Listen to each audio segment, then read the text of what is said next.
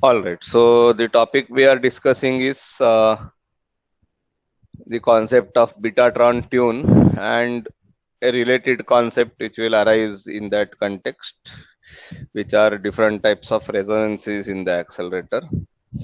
Primarily, the discussion of tune and resonances arises when one considers a circular accelerator. So in a circular accelerator, assuming that this is the nominal trajectory,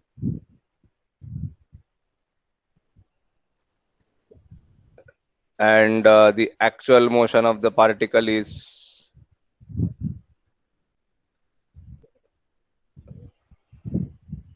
something like that. Maybe not exactly, but you understand.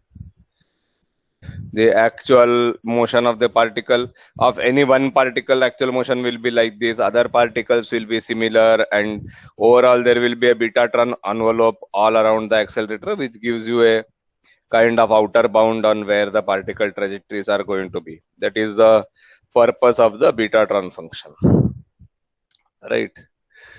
So when the particle is traveling through the circular accelerator, we have seen that one can try to write down the phase advance as you pass through from one accelerator, one portion of the accelerator to the next.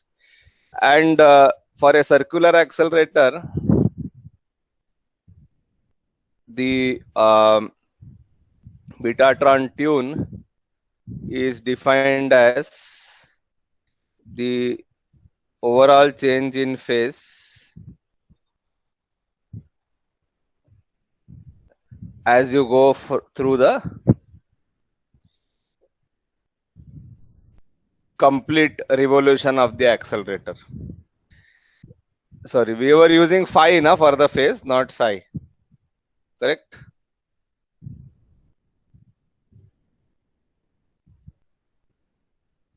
So delta phi by 2 pi. We already know that phi prime is 1 by beta.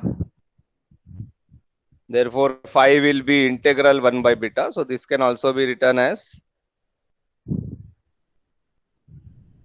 a closed loop integral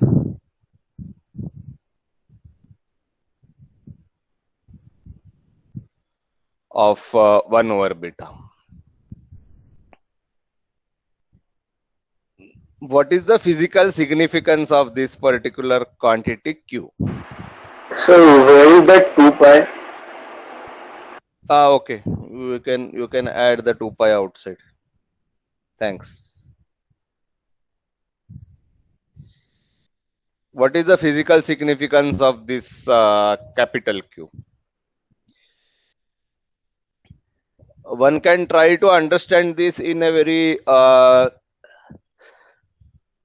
crude manner. If you assume that beta remains more or less constant throughout the accelerator, which can happen for some designs of accelerator if this is the s-axis, and if you denote beta on the vertical axis, sometimes the variation is beta is not that much. It will keep going like this because it is an envelope of the deviated trajectories from the nominal. Ne? So the actual trajectories could be something like this. This is one trajectory. This is another trajectory. This is a third trajectory. All of them are contained within this envelope.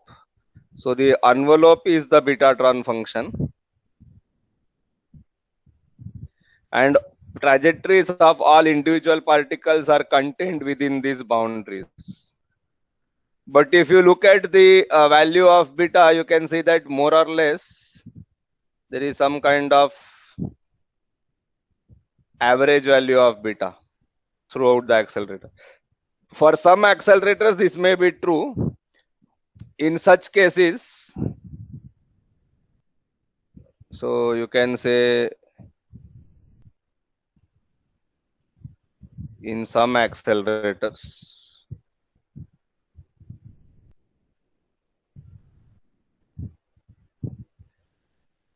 you can simply take the beta out common. You will have integral over a closed loop of ds. This just turns out to be what?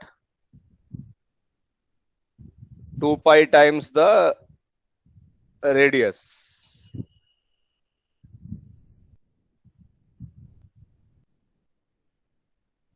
which means that you get q is equal to r by beta.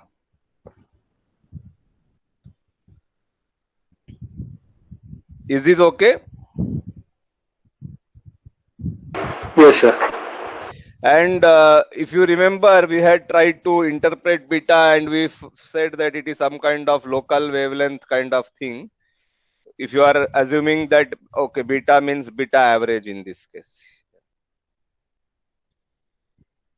And therefore, the quantity q just gives you how many, how much of the wavelength is present per revolution. Actually, the 2 pi part is extra. So basically, per revolution, how many complete wavelengths of the beam trajectory are fitting within one complete circumference. For example, in the figure which we have drawn, the q value will be 4 because 4 complete 1, 2, 3 and 4 complete wavelengths are fitting in one revolution, and then the trajectory is repeating itself.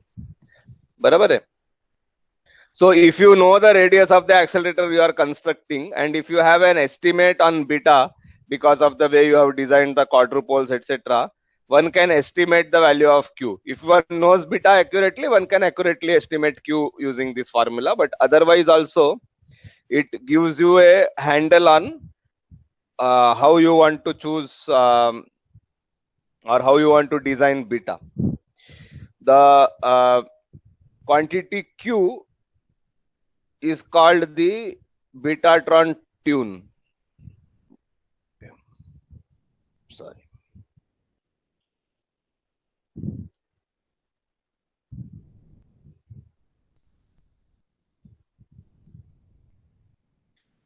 One way of physically interpreting the Betatron tune is it tells you how many complete oscillation cycles of the Betatron oscillations are taking place over one complete revolution around the accelerator. That is clear even from the initial definition. When you say q is equal to delta phi upon 2 pi, you are essentially telling that how many complete multiples of 2 pi is the phase changing when you are making one complete revolution around the accelerator. So q basically measures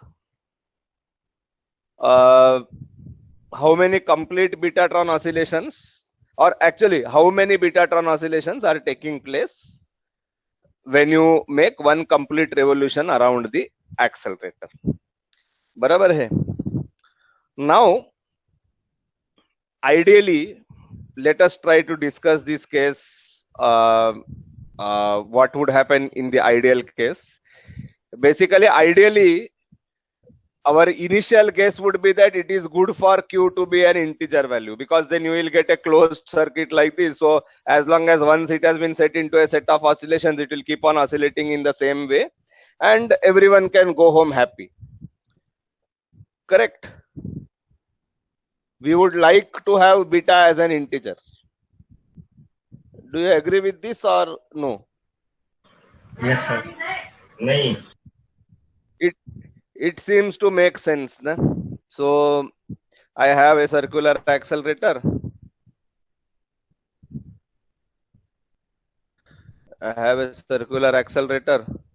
And ideally, so actually the circular accelerator consists of a series of dipole magnets at various locations, and then there will be quadrupoles at various locations. This is the actual construction. Not exactly, but yeah. You will have many dipoles, quadrupoles, etc. and you would like the whatever the beam path or trajectory is there, you would like it to repeat after every revolution.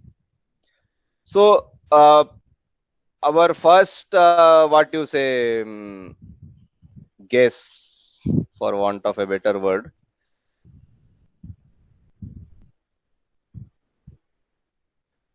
q should be an integer.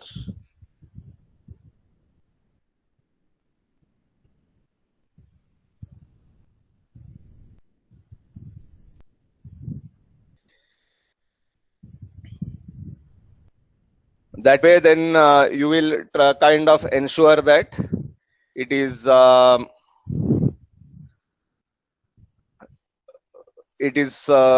good for you, that if the trajectory repeats itself, if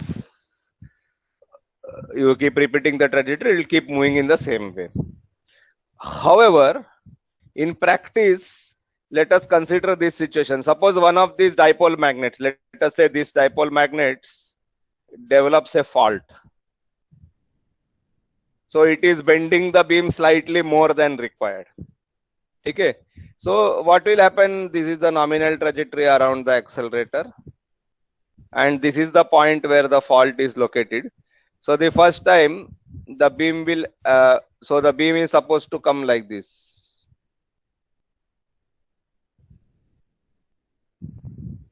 But the first time it goes, it is bent slightly more.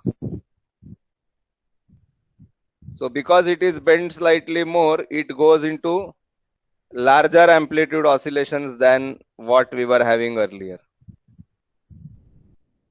Then it is bent even more. So it starts going in even larger amplitude oscillations. Then it is bent even more. So it goes even larger amplitude. What happens very soon? What will happen?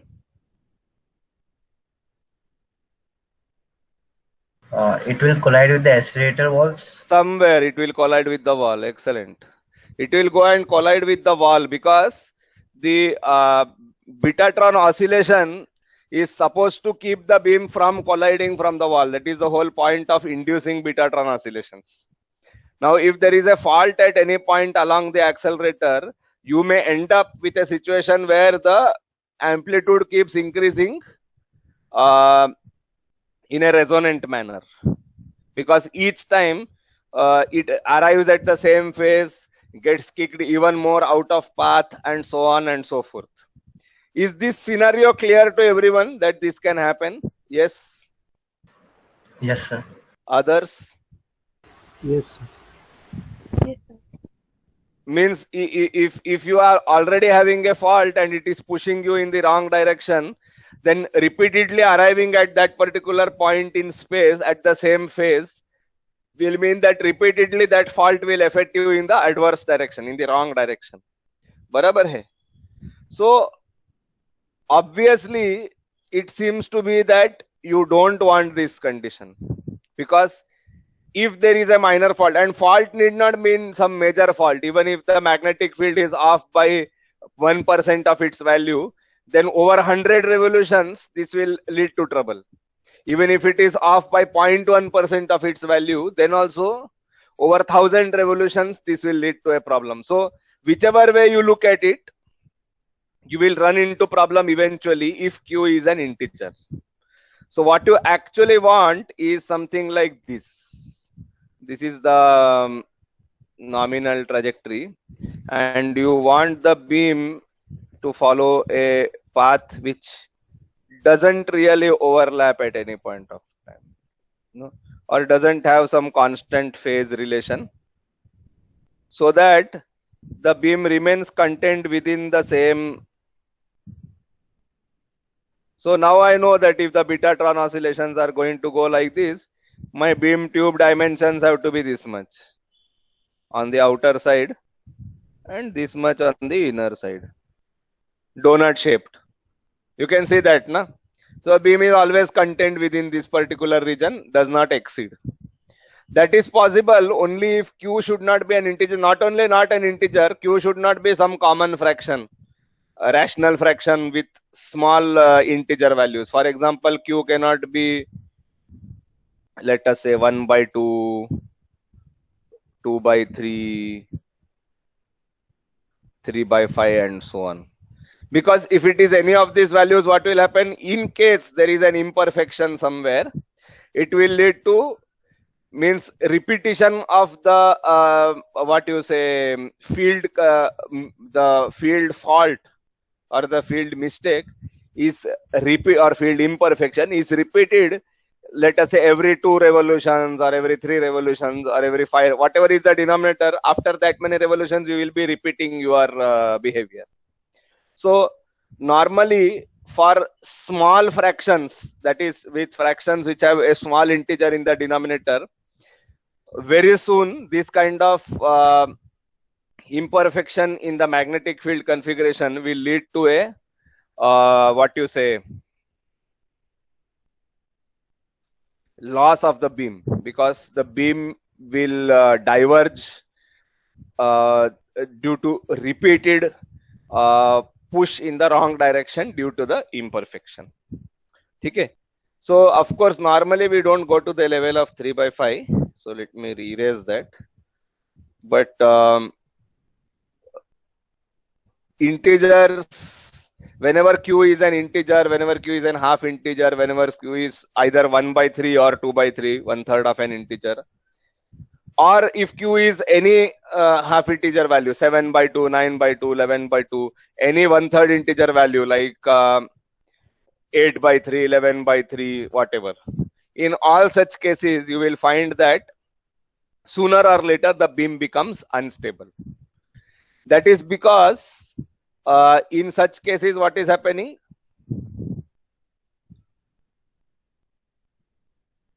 The imperfection in the field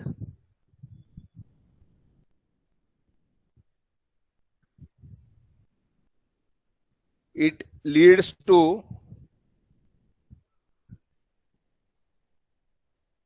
resonant large amplitude oscillations.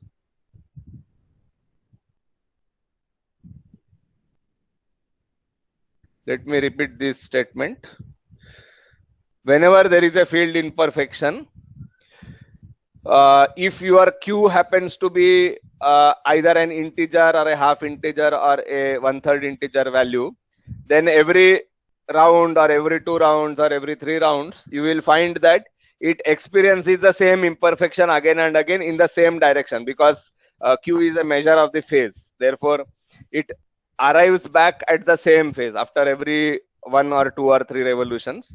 And whenever this happens, each time it experiences that imperfection, it will get pushed in the wrong direction. And if this happens too frequently, like what we have discussed, then very soon, as shown in this figure on the bottom right, you will enter into a phase of large amplitude oscillations, where eventually the beam particles will collide with the walls of the accelerator and you will have a loss of the beam. So in a circular accelerator, one has to be very careful that the q value should not be either an integer or a half integer or a 1/3 integer and so on. Okay. I hope the reasoning behind this is very clear to everyone. And of course, these imperfections could be due to anything from faulty design, faulty assembly of the magnets, some failure in the power supply, some failure in the cooling system. And in a system where there are a large number of parameters, it is not always possible to maintain everything in ideal conditions. There may always be small fluctuations, and these are not avoidable from technological viewpoint, and therefore it is better to avoid q values where any of these things could give you trouble. Okay? Okay so far? Sir, Yes, बोलिए. sir, आपने बोला will not consider 3/5. Yes. But means why not? Because my question is, if it is happening for one means a half and 2/3 integer, so if similar case will consider 1/4, so after fourth rotation that similar thing should happen. It will. I agree with you, but as your integer value increases in the denominator, okay, means means first thing is q should not be an integer, which will repeat every revolution, na? Then the imperfection will repeat itself every revolution. Then if q is a half integer, you will get pushed in the wrong direction after every 2 revolutions. But after every single revolution, you will get the opposite phase also. So when q is a half integer, sometimes it is not that serious a trouble as it is when q is an integer. Then when you come to 1/3 integer, you have 3 revolutions. Once in 3 revolutions, you get pushed in the wrong direction. But in the remaining 2 revolutions, you are maybe not experiencing, or there may be this effect where over multiple rounds, these things average out. And this averaging out tendency will be more and more as you increase the integer number in the denominator. Means every 5 revolution में वो एक तरफ धक्का मारता है, but उसके बाकी के revolution में शायद वो दूसरी तरफ धक्का मारता होगा. So on an average, it balances out. It turns out in practice that integer resonances are the most troublesome. Half integer is next and 1/3 integer is next. The intensity of these resonances, or the intensity in the sense how badly this will affect the beam, keeps on reducing as the integer order increases. Okay. Okay, We will come to a formal explanation for this in the tutorial. Okay. But right now this is my rough explanation, that as the number of revolutions after which you are going to run into trouble, as the number of revolution increases, the chances of the fault averaging itself out also increases along with that. Okay. So in principle, in the design phase, one could consider the 1/5 integer resonance also. In practice, it turns out that this is not too difficult. Okay. Anyway, let me continue, and by the end of the things, you will realize that anyway the things are already complicated with just these 3 conditions. Okay. Let us continue, and then we'll have a better look at things. Okay. Anything else? All right. If not, allow me to continue here. So basically, we are saying that q should not be an integer, should not be an half integer, should not be a 1/3 integer. In principle, it should not be a 1/4, 1/5, 1/6, 1/7, etc. till some reasonable rational number where you expect the things to average out on their own. Where you truncate this series is a very specific question based on what type of accelerator you have, what type of mechanism you have to control the magnets, and what is the design, construction, etc. of the magnets, and so on.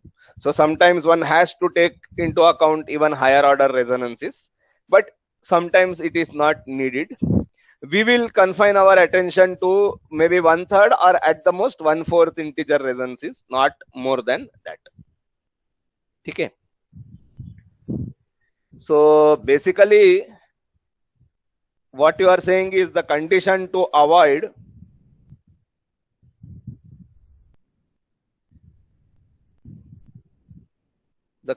you want to avoid is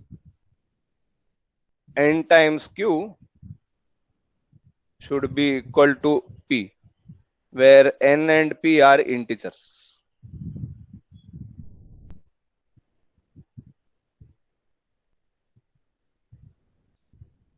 This is what you want to avoid, right? So q will be p by n.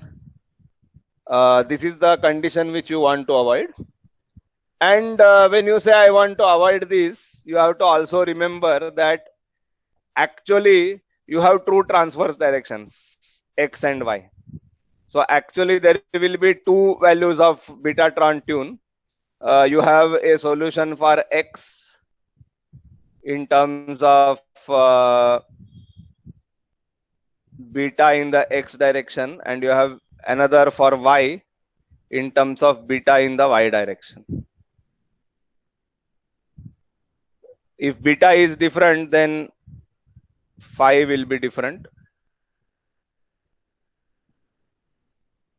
And if phi is different, then obviously q will be different. So you may have, depending on the type of magnet configuration you have in the x and y direction, which are always different, because in our convention we have defined the dipole magnets as bending in the x direction, in the xz plane or xs plane. So you will find that the beta for the x and beta for the y will differ slightly, and therefore qx and qy will differ slightly. And the condition which we have put on the what you say, on the q, the condition to avoid should actually, it turns out to be something like this: some integer times qx plus some other integer times qy should be equal to p. This is to be avoided, which means that there should be no integers m, n and p such that this condition is satisfied. This should not be satisfied for any combination of m, n and p as integers. Okay. Normally the value of m plus n is called the order of the resonance. So if m is 0 and n is 1, or n is 0 and m is 1, then it is called the first order resonance. If m plus n is equal to 2, it is called second order. If m plus n is equal to 3, it is called third order, and so on. Okay.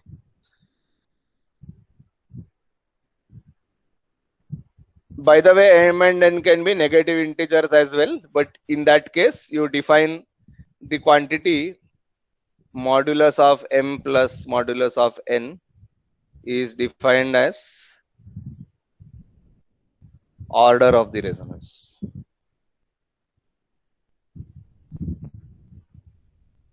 So in a single direction you had first order, second, when depending on n. If n is 1, it is a first order resonance. If n is 2, it's a second order resonance, and so on. Same thing can be carried forward if you have different q values in x and y direction. Okay.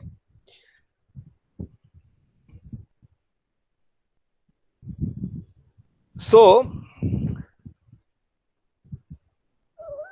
if you plot a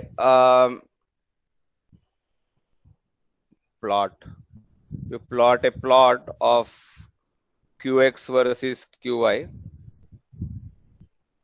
I'm sorry about the drawing, but this is the best I can do, more or less. If I have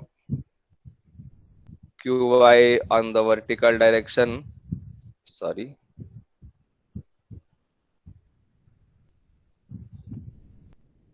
and qx in the horizontal direction,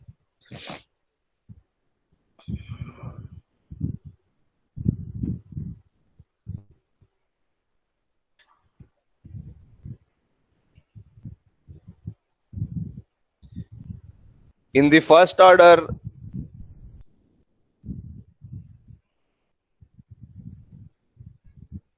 you can have either qx equal to p or qy equal to p, where I am taking m equal to 1 and n equal to 1 as two separate cases, which means that suppose this is where p can be any integer. So let us assume that the value of this is, let us say, capital N, and this is capital N plus 1, some integer, I don't care, and this is capital M and capital M plus 1. Then basically what you are saying is, let me try to use a different color and hope that it works. You cannot be on these boundaries, because on these boundaries either qx or qy will be an integer value.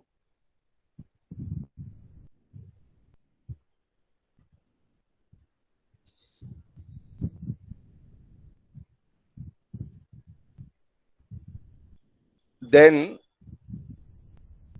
for second order, What are the possibilities? Three possibilities exist. Qx is p by 2, Qy is p by 2, and Qx plus Qy is equal to p. Qx minus Qy equal to p is also possible, because m and n can have either positive or negative values. What does all this lead to? Let me draw in a different color so that it can be distinguished easily. Qx equal to p by 2 is to be avoided, which means that Qx cannot be a half integer, which means that Q value should not lie along this line, because along this line Qx is a half integer value. Similarly, along this line Qy is a half integer value. Similarly, along this line Qx plus Qy is an integer. Similarly, along this line Qx minus Qy is an integer, and along this line Qx plus Qy is an integer.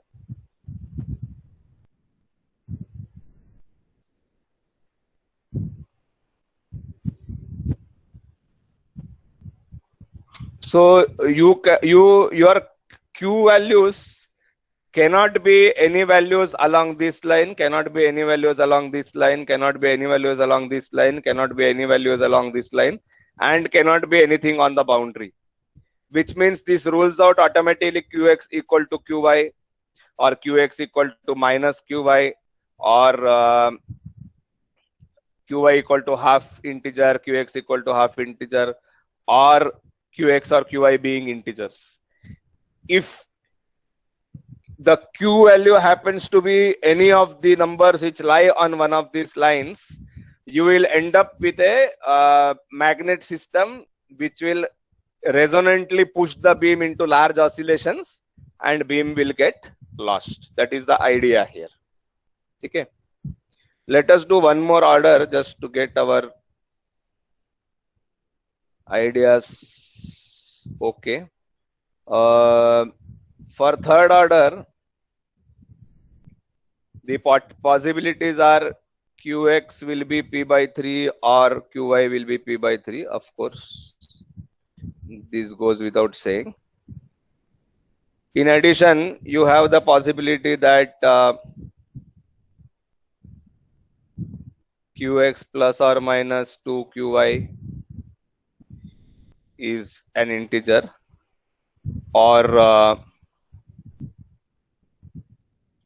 twice Qx plus or minus Qy is an integer.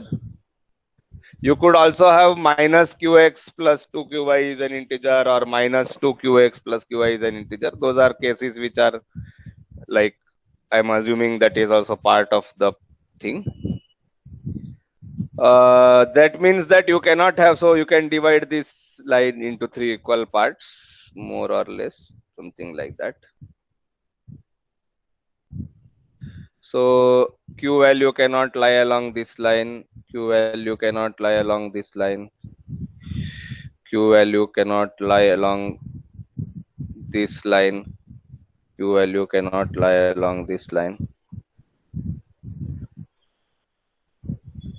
Q value cannot lie along these lines.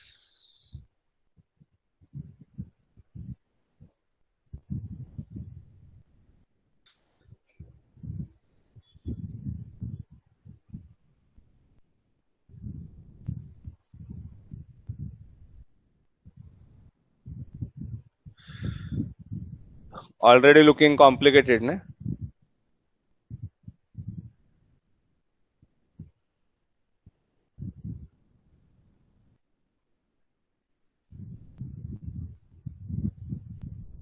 Started looking like a Rangoli type of thing.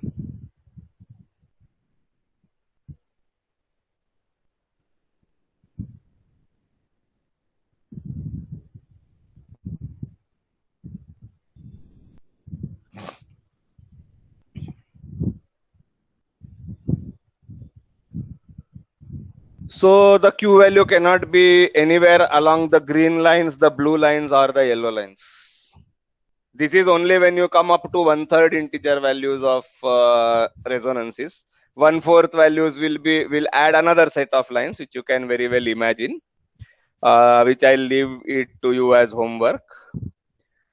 What is the bottom line from all of this? The bottom line is that if I have to operate the accelerator at a particular point, for example, I choose qx to be this value and qy to be this. I choose this as the operating point. Okay, are you able to see this, the red dot? Yes, sir. So if I choose this to be the operating point of the accelerator, which means that I design the lattice such that beta x has a certain value and beta y has a certain value, such that phi x, phi y has certain value, such that qx, qy have these particular values. So you can now see that first you have to choose the qx, qy values and then go back and accordingly adjust the betas. So you have another constraint on what value beta should have apart from my original idea that I will adjust it using the focal length depending on how I want the Betatron oscillation to take place.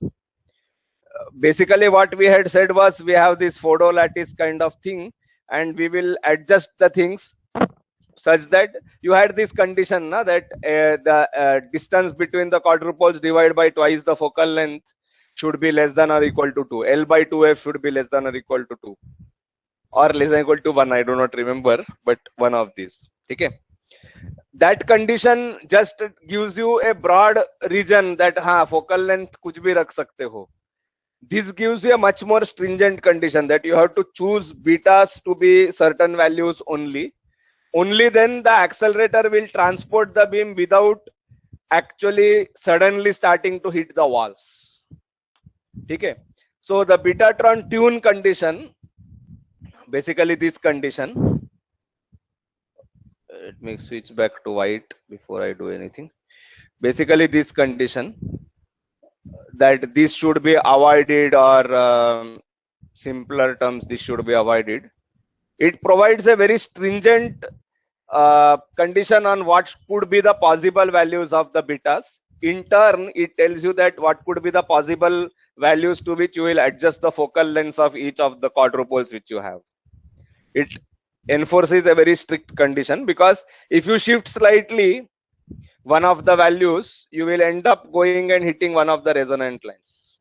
And when you do that, the beam becomes unstable and gets lost. Okay. So the purpose of introducing the concept of the Betatron tune primarily is to see how you can safely and with stable transport be able to make the beam circulate for longer periods of time. Only if the Q value satisfies certain conditions this is possible, otherwise it is difficult. At this point I would like to pause and ask if there are any questions. Sir, Yes. sir, in this avoid condition, if we take any values of m and n, means because they are integer, so eventually ये box तो full हो जाएगा ना, then we will not have any That is space true. left. That is true, but it turns out that, as we discussed on the previous slide also, it turns out that the integer resonances are the most difficult ones which have to be avoided absolutely. The half integer resonances are slightly less serious. 1/3 integer resonances are even less serious, and so on and so forth. And so for larger orders, that is larger combinations of m and n, normally you do not have such significant problems. This can be what you say, those do not pose as serious a problem as the integer, half integer and 1/3 integer resonances. The reason is that the effects of these imperfect kicks which you are getting will get averaged out for larger values of m and n. That is the logic or the reasoning. Okay. Of course, when we come to the tutorial, we will see that integer type of resonances are associated with dipole errors in the dipole magnets, okay, or bending errors basically. The second order resonances where mod m plus mod n is equal to 2, those are basically caused by quadrupole errors or what you call as focusing errors. So first order resonances are steering errors, second order resonances are focusing errors. Third order resonances are due to hexapole magnet errors, mane imperfections in the hexapole field. Now normally in a conventional accelerator, circular accelerator, conventional is a harsh word, most circular accelerators, you don't have a hexapole magnet per se, you only have dipoles and quadrupoles. Our whole treatment of Hill's equation has started from this fact that we have only dipoles and quadrupoles. If you have a hexapole field, it takes you into the domain of non-linear differential equations, because you will have a x square term coming somewhere. So our whole idea of linear transverse dynamics which we have developed, including Hill's equation and whatever we started with, assumes that there are only dipoles and quadrupoles, there are no higher order magnets. However, if the dipole or quadrupole is not constructed properly, if some of the poles are slightly tilted from their actual correct positions, then there can be, apart from the existing, let us say the dipole magnet is, the pole is tilted slightly, so apart from the dipole field, there will be a slight quadrupole field, there will be an even smaller hexapole field, and so on. So in a conventional system, accelerator system consisting only of dipoles and quadrupoles, physically there are only dipoles and quadrupoles. If there is a small misalignment somewhere, it may lead to a hexapole type of imperfection, but the magnitude of that imperfection will be extremely small. So it may take several revolutions before that starts affecting the beam. But over such several revolutions, as we have seen that only in 1 in every 3 revolutions it will hit that imperfection. On the other 2 occasions, it will hit that imperfection, but that will push it in a different direction. So the effect will get averaged out much more easily. Basically, the resonant large amplitude oscillation doesn't reach large amplitude because the driving force is very small. By driving force here, I mean the magnitude of the imperfection. In addition, this apart from resonance, this large amplitude oscillation, there is also a damping mechanism inbuilt. The damping mechanism is nothing but the fact that the driving force acts only once in every 3 revolutions. So on the other 2 revolutions, the same driving force acts but at a different phase. So this will average out over long periods of time. This is the physical explanation of why we don't go beyond hexapole, because already the hexapole imperfections in the physical construction of either a dipole magnet or a quadrupole magnet, the hexapole imperfection itself will be very small amplitude. Octupole and higher kind of imperfections will be basically negligible. That is the explanation which I have. So normally one tries to look at 1/3 integer resonances, up to 1/3 integer resonances. Sometimes on rare occasions one has to look at 1/4 integer resonances also, which means that order 4 resonances where mod m plus mod n is equal to 4. Normally one does not need to go beyond that, because physically that situation arising inside the magnet is very unlikely. So once you manage to correlate order of resonance versus type of imperfection, that is the multipolarity of the imperfection. Order 1 is dipole imperfection, order 2 is quadrupole imperfection, order 3 is hexapole imperfection.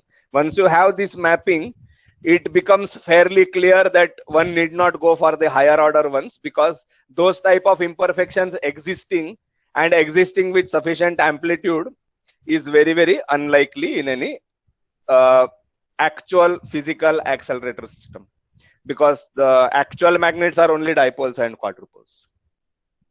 I hope that explanation made sense. Yeah. Yes, sir. But good question, very nice question. You are right that the whole thing will get shaded out eventually and you won't have any proper operating point. But yeah, that's the explanation. Okay. All right. So let me just elaborate on this a little bit. Even when you consider up to 1/3 integer resonances and you have this kind of chart which you have here, you can see that if you want to operate the, of course, even if you have great amount of stability and all such things, you will always have a boundary near your operating point within which the things may fluctuate. So you can see the red operating point and you can see a circle around it. The white circle represents the range over which some of the magnet values can fluctuate. Even through this fluctuation, your boundary of this should not hit any of these resonance lines. If it does, then you run into trouble, because that means that your magnet ka natural tendency to drift here and there may suddenly lead to beam loss. For example, if I have a thermal stability within plus or minus 1 degree, because see how is the system thermally stabilized?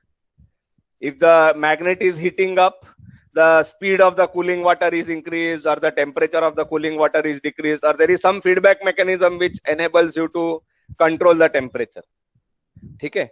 So if the feedback mechanism is slow enough, then over time the temperature will drift by around 1 degree and then it is brought back.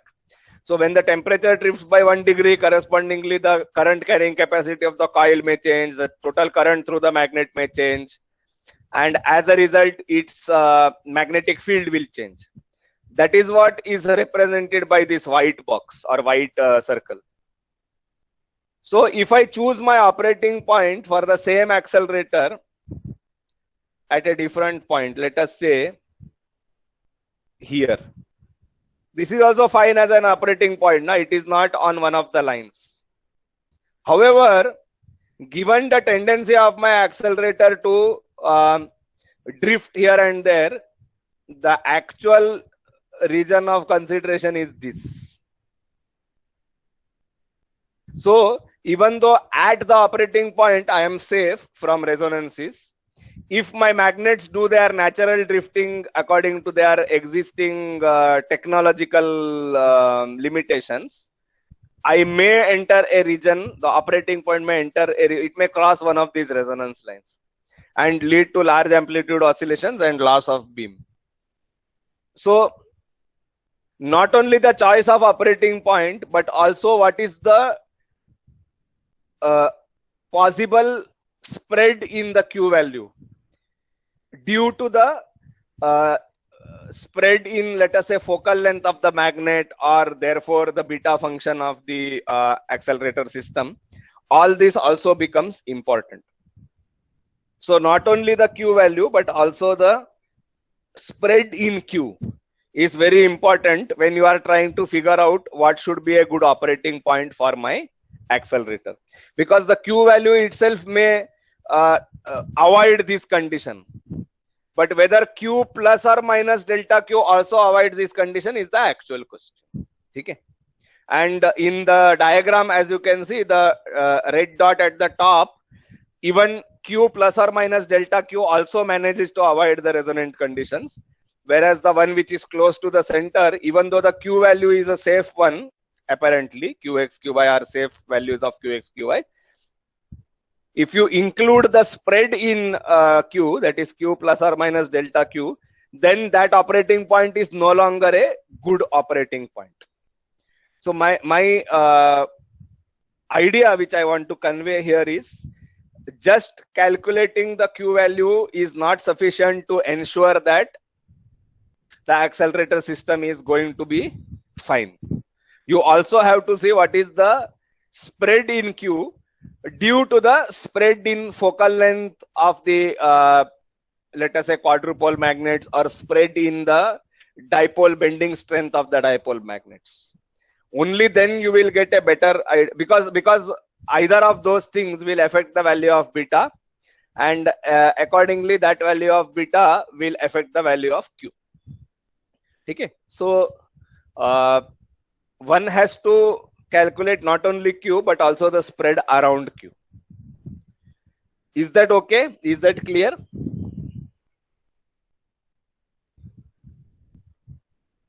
Yes, sir.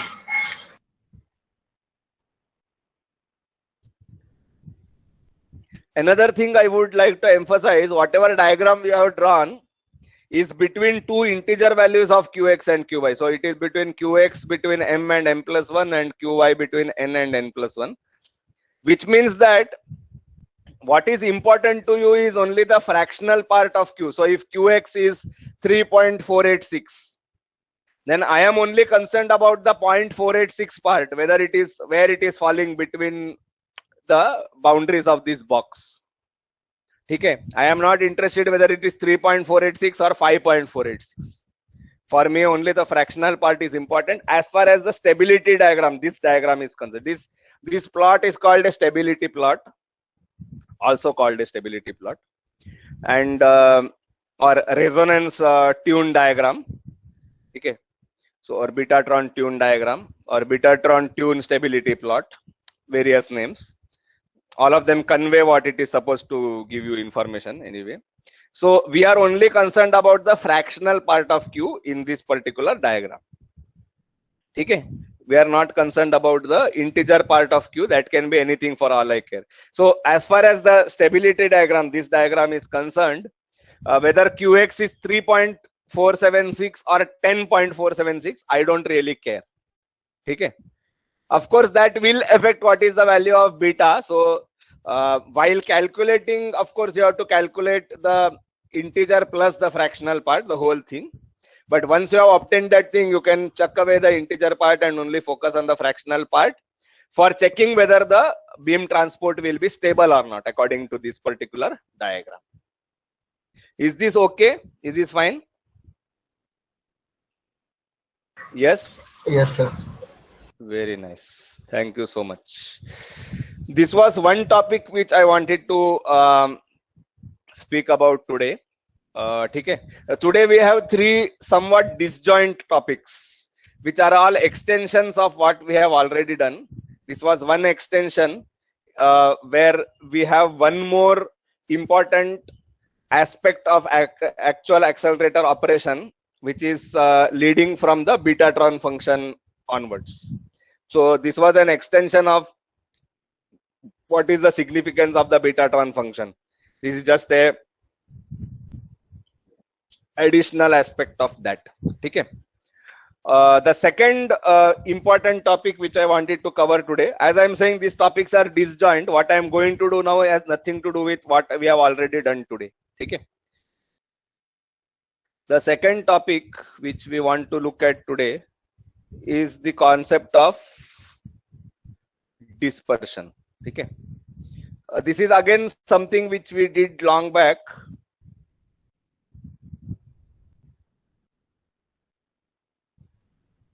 And then did not look at again.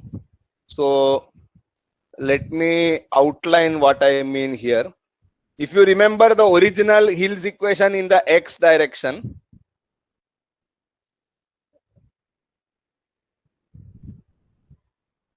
if you remember the original Hill's equation in the x direction, what was the left hand side? X double prime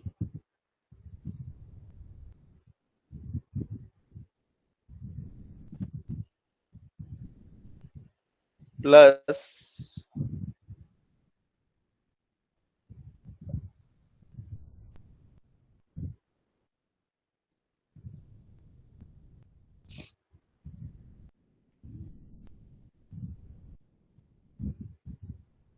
ये plus था ना शायद, I don't remember. Anyway, it doesn't matter. That is just the quadrupole strength. It will depend on whether it is a focusing or defocusing quadrupole.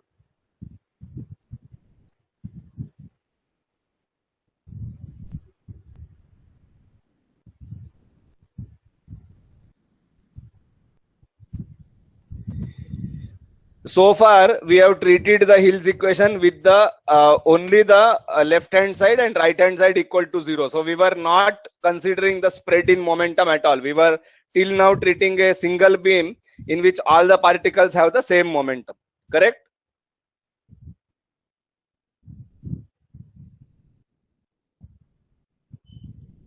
We had put delta P equal to 0.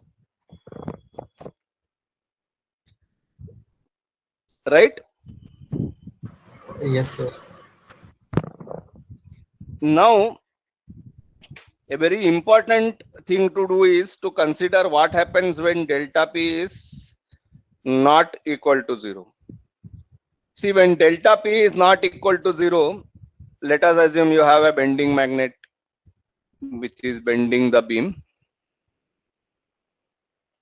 and your particles are all traveling at or near the nominal trajectory. So let us assume that they are all traveling on the nominal trajectory.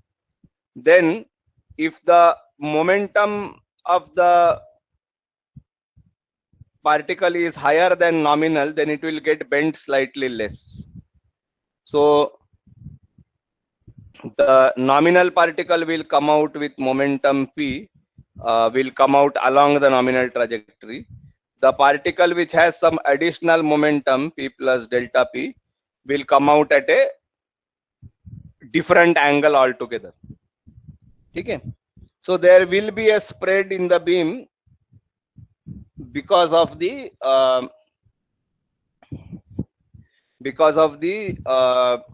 difference in momentum. And in fact, if the bending angle is, let us say, theta, then basically the difference or the divergence between the two beams, delta theta, will be just theta times delta P by P. This comes from normal considerations of rigidity formula, nothing special. Okay. So the what you say, this term will lead to an additional kind of not defocusing but some change in the trajectory compared to the nominal trajectory. So let us try to take this into account. Let us try to see how this will affect us. Normally, if the momentum is larger than normal, and consider a plane circular accelerator, just normal circular accelerator. This is the accelerator, and okay, this is the accelerator tube. This is the nominal trajectory. Now, if momentum is slightly larger, what will happen while moving in this circle? The higher momentum particle will simply move at higher radius. Because of rigidity formula, same magnetic field, momentum is larger, charge of the particle is the same because it is the same type of particle. So the higher momentum particle will simply move at slightly larger than nominal radius. This is what one would kind of assume, that throughout it is moving at a slightly larger radius because it has slightly larger momentum. So it will dance. So all the other dynamics will be the same. It will dance around this trajectory according to some Betatron oscillations, whatever are there. So basically, instead of oscillating around the nominal trajectory, the higher momentum particle will have its own nominal trajectory around which it will oscillate. So basically, the beam coming in will actually be like this, and it will be oscillating around this particular path instead of the nominal particle which is oscillating around this particular path.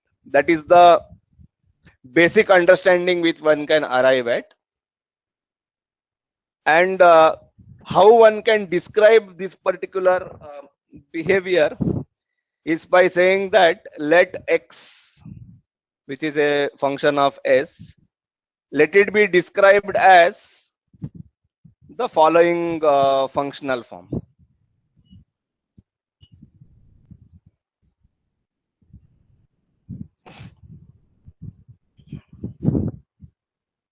where d is a function of okay, d is a function of both the momentum and the, yeah, let me come to this.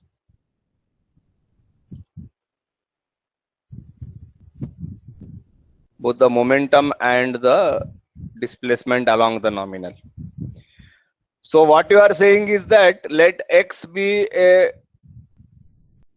given by this particular what you say formula, such that if delta p is equal to 0, then this d function is nothing, this d function becomes 0, and therefore this x will be 0. This x is in addition to the existing solution x to the differential equation, that is Hill's equation. So this is the what you call as the particular integral for this inhomogeneous term, and in addition to that you always have the complementary function, which is a solution to the homogeneous part of the differential equation. So what you are saying is that the additional displacement between this nominal trajectory and the so-called nominal trajectory of the off momentum particle, that is given by this particular expression. So the entire nominal trajectory for the higher momentum particle or off momentum particle is displaced by this much amount from the original nominal trajectory. That is your explanation over here. Okay.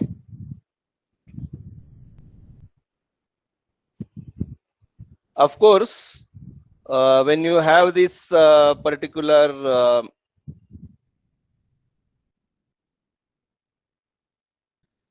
type of behavior,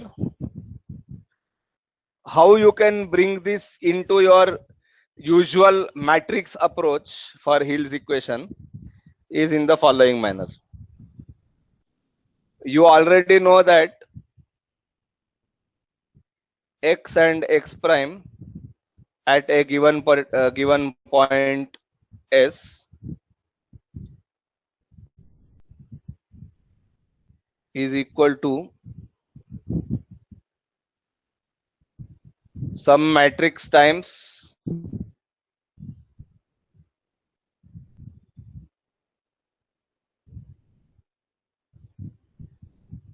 x prime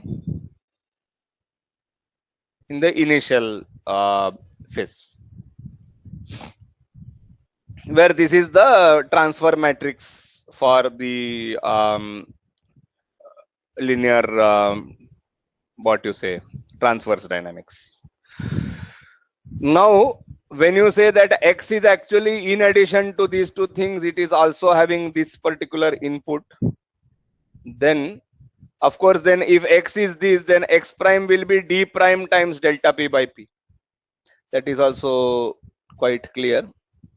So one can try the following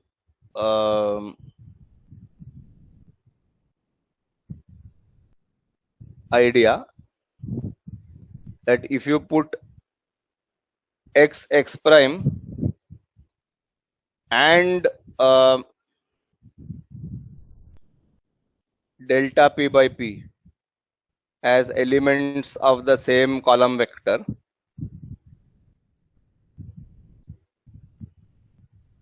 this will be equal to some 3 cross 3 matrix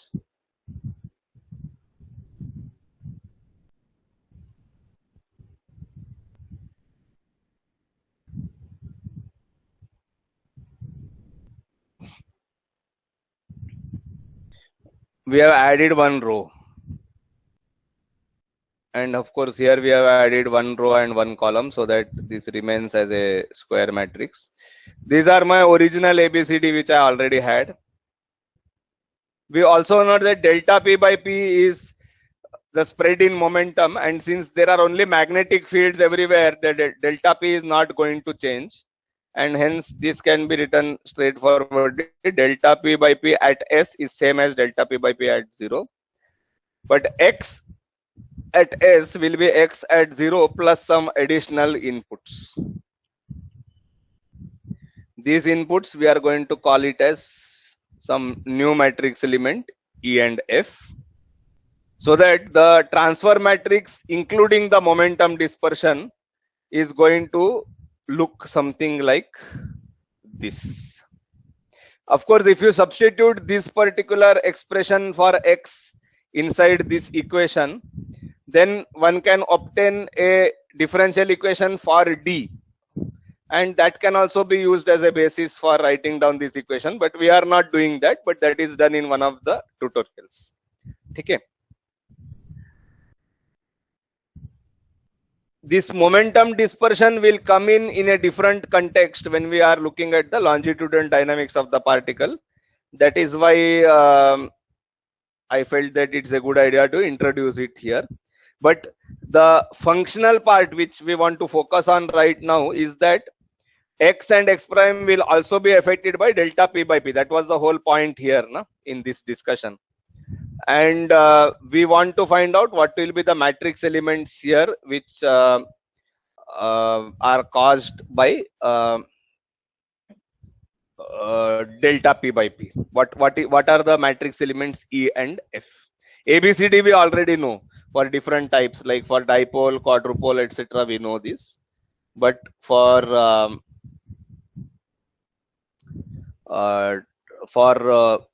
E and F, we need to know what those are. And for E and F, it turns out that I am going to quote these results without any kind of derivation, just as it is something which you can use for transverse dynamics whenever there is a momentum spread. Okay. If K is okay, so let me do this.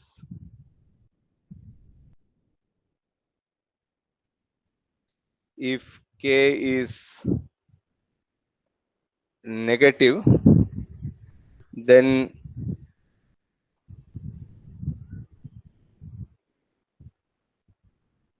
the E element will be Q by P times mod K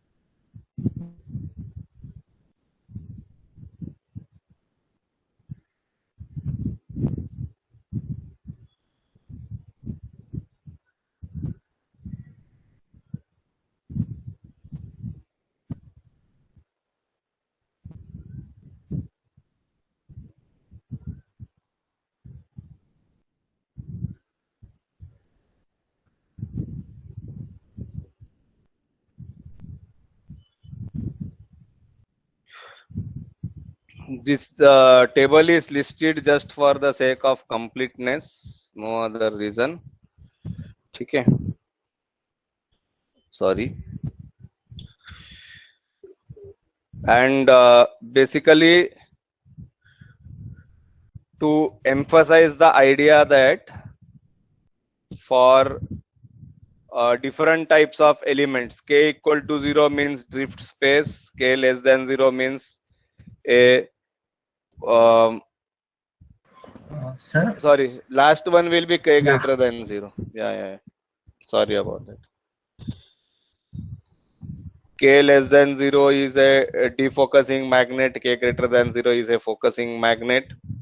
And of course, if you substitute k as 1 by r square, you will get the results for a dipole bending magnet as well in the x direction.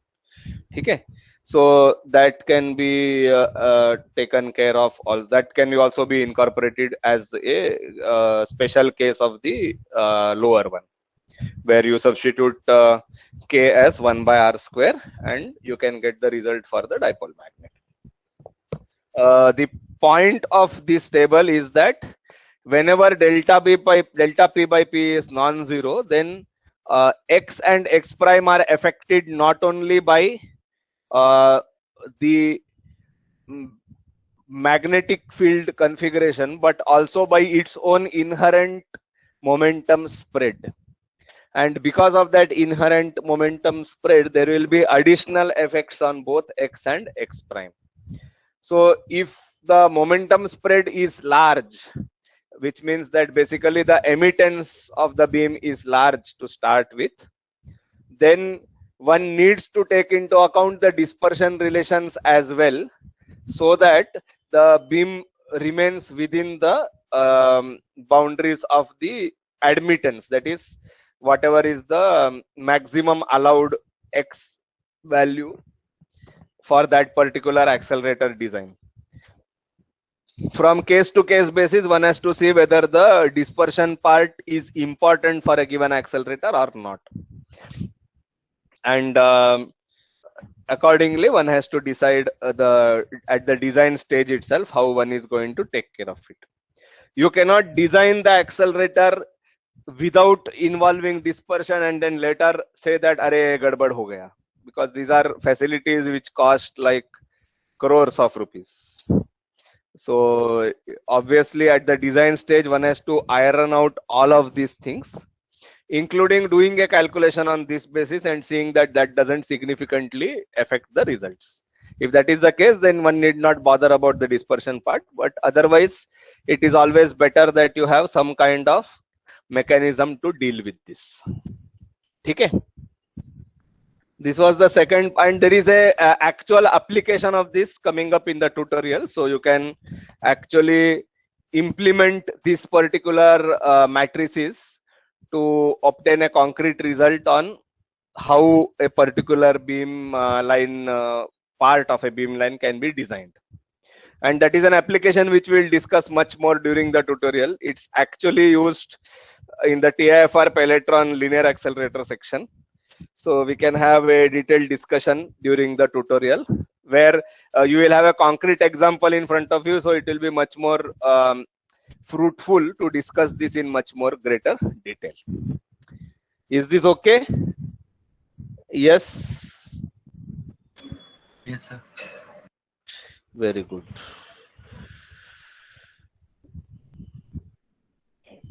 The third topic which I wanted to discuss is again something disjoint from the other two.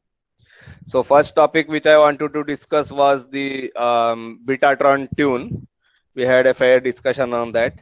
Second was to introduce the concept of dispersion and particularly emphasize that the transfer matrix can have a contribution from the momentum spread.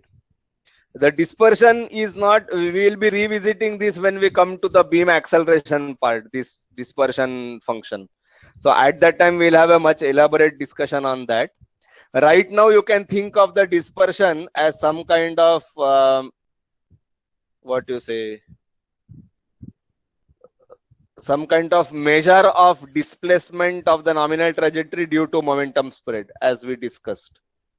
Okay, that would be the main way of looking at this.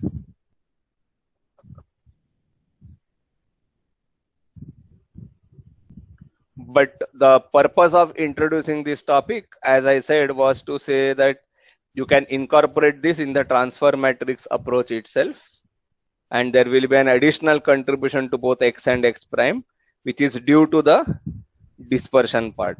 There is another way to do the dispersion calculation, I mean another aspect of it, but I think we will not focus on that for the time being.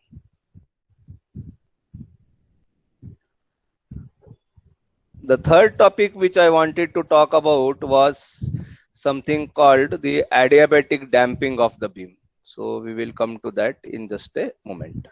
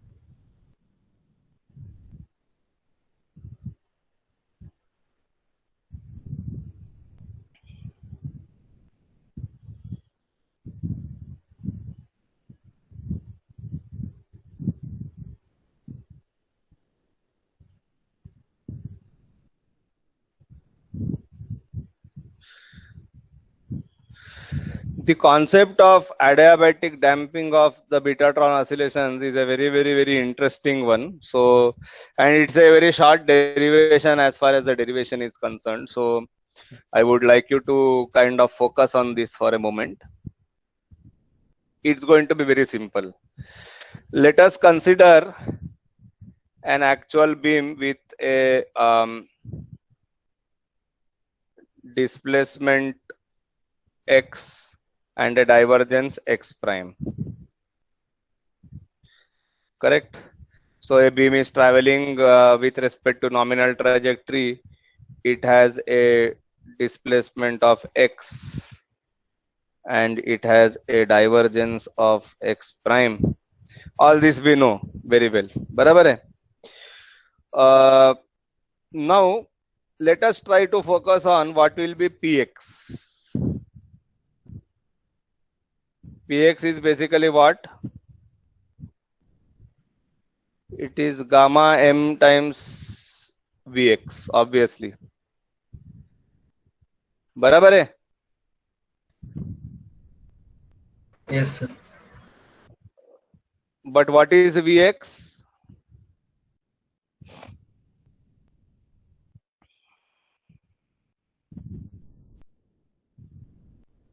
Vx is dx by dt, बराबर है? Which can be Yes, written sir. as dx by ds into ds by dt. Dx by ds is x prime,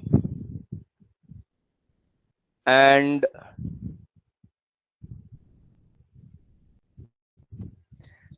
ds by dt more or less can be approximately written as beta times c, where beta is the velocity, total velocity of the beam, which is assumed to be in the s direction. Already there is, although there is a very small component in x and y direction, predominantly it is in the s direction. And so you can write this as gamma v times x prime times beta c. It is beta gamma MC x prime. This is our expression for the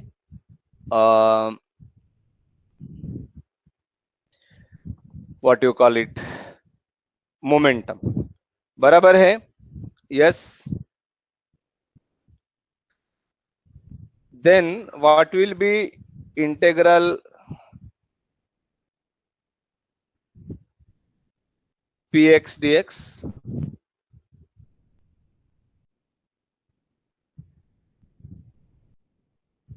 This will be beta gamma mc will come out straight away.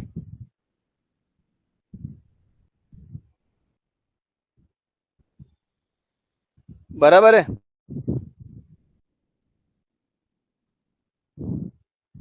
What is integral x prime dx?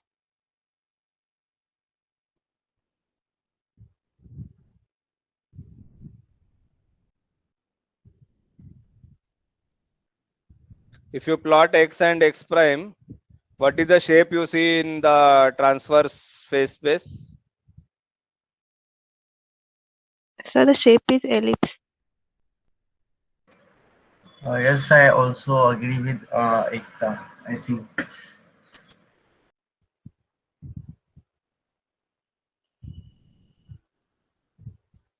So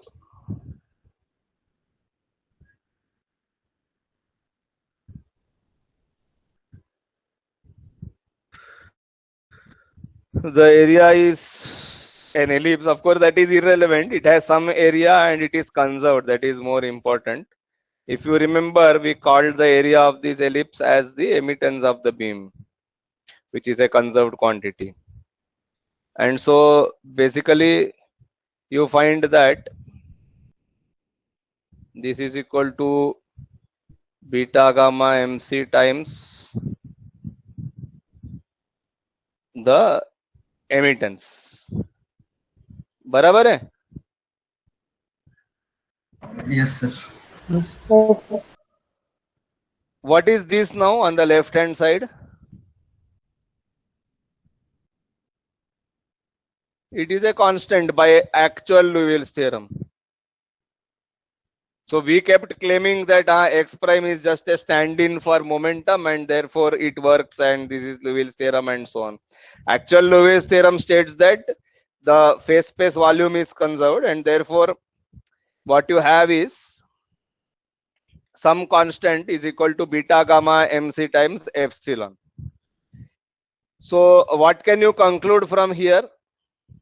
Can anyone say?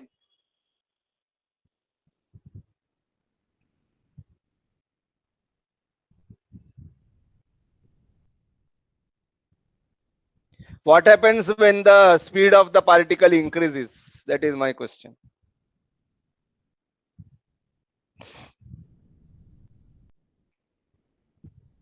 Or as the speed increases, what happens? As the particle gets accelerated, what happens? Or as the beam gets accelerated, what happens?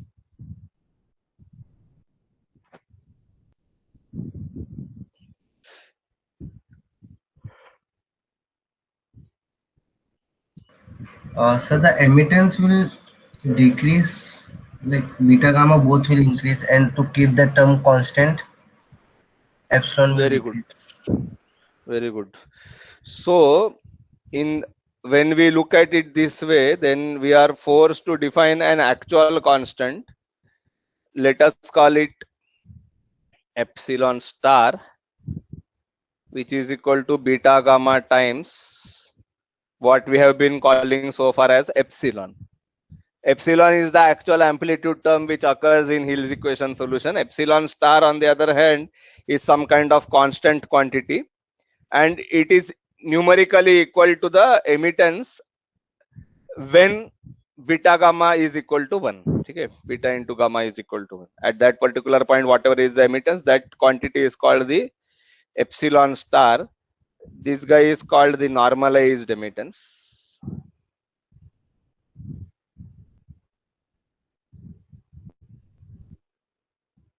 And this is actually a constant. So as Faraz correctly pointed out, as beta gamma increases, the actual epsilon will keep on decreasing. So in fact, if you plot epsilon as a function of the beam energy or the beam momentum, to be more precise,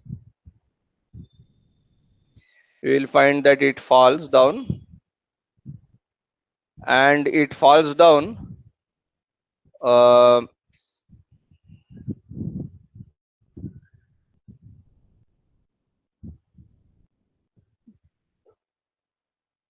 inversely proportional to the momentum, because the momentum is proportional to beta gamma. Now momentum is beta gamma mc, and therefore the physical size of the beam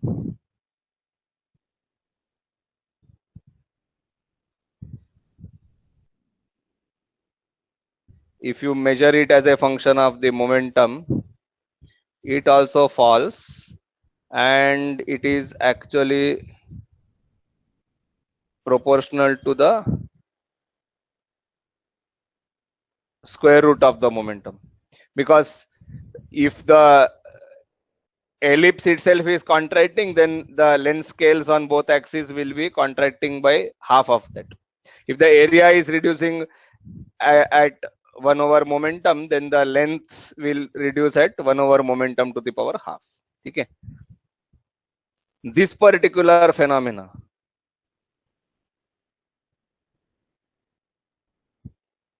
is what is called adiabatic damping of Betatron oscillation. Why adiabatic? Because gradually as the beam energy increases, the size of the beam decreases. So the size of the beam is nothing but the amplitude of the Betatron oscillation. That is also reducing. The amplitude of the Betatron oscillation is controlled by epsilon, square root of epsilon in particular. And so as the square root of epsilon decreases, the Betatron amplitude also decreases. So reduction of the amplitude of an oscillating function is nothing but usually called damping. That is why this particular phenomena is called adiabatic damping of the Betatron oscillations. It is also sometimes called adiabatic shrinking of the beam,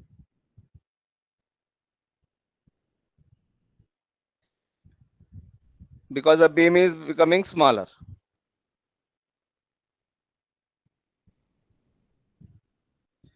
बराबर है?